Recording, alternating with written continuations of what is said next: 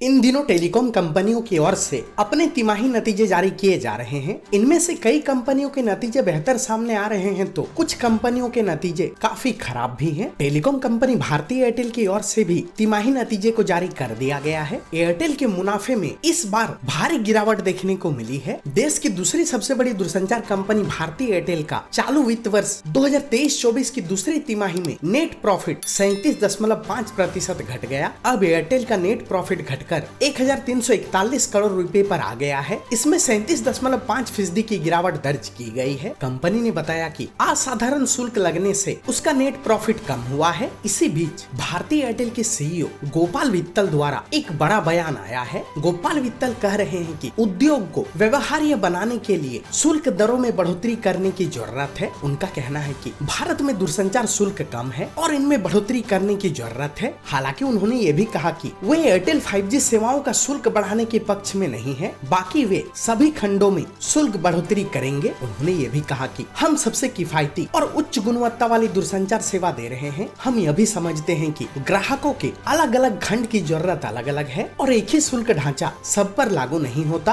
दूरसंचार उद्योग के लिए निवेश जारी रखने और भारत के डिजिटल दृष्टिकोण को साकार करने के लिए इसका व्यवहार्य होना जरूरी है और इसके लिए बही खाते का इस्तेमाल करना टिकाऊ समाधान नहीं है। उन्होंने कहा कि सवाल यह नहीं है कि टैरिफ हाइक कैसा होगा, सवाल यह है कि टैरिफ प्लान्स के शुल्क कब बढ़ेंगे। जियो के आने के बाद 2 बार दरों में बढ़ोतरी हो चुकी है और हम उम्मीद कर रहे हैं कि आने वाले समय में भी ऐसा होगा। यानी कि आपको बता दें कि टेलीकॉम कंपनियां एक बार फिर आपके मोबाइल का बिल बढ़ाने की फिराक में हैं। देश की 2 बड़ी टेलीकॉम कंपनियां एयरटेल और वोडाफोन आइडिया एवरेज रेवेन्यू पर यूजर को बढ़ाने के लिए टैरिफ में बढ़ोतरी करना चाहती है, लेकिन देश की सबसे बड़ी टेलीकॉम कंपनी जियो इसके पक्ष में नहीं है। जियो कह रही है कि वह टैरिफ में बढ़ोतरी नहीं करेगी। कंपनी 5G कस्टमर्स के लिए भी टैरिफ बढ़ाने के पक्ष में नहीं है। जियो की नजर एयरटेल, वोडाफोन आइडिया और BSNL के उन 24 करोड़ ग्राहकों पर है जो अब भी 2G नेटवर्क का इस्तेमाल कर रहे हैं। जियो के प्रेसिडेंट मैथ्यू ओमेन का कहना है कि जियो की योजना टैरिफ में बड़ा बदलाव करने की नहीं है। कंपनी का फोकस ऐसे ग्राहकों पर है जो डेटा प्लान की तरफ जाना चाहते हैं। चेयरमैन मुकेश अंबानी और आकाश अंबानी दोनों का यही विजन है। 20 करोड़ से अधिक कस्टमर्स अब भी 2G का इस्तेमाल कर रहे हैं। उन्हें डिजिटल सशक्त बनाने की जिम्मेदारी इंडस्ट्री की है। देश को 2G मुक्त बनाने का एकमात्र तरीका यही है कि सस्ते में सेवा दी जाए। सभी भारतीयों की डेटा तक पहुंच होनी चाहिए। हम उन्हें इससे वंचित नहीं रख सकते। हम सभी भारतीयों को सुपीरियर कस्टमर एक्सपीरियंस देना चाहते हैं। एक और जहां एयरटेल और वोडाफोन आइडिया टैरिफ बढ़ाने की वकालत कर रहे हैं, वहीं जियो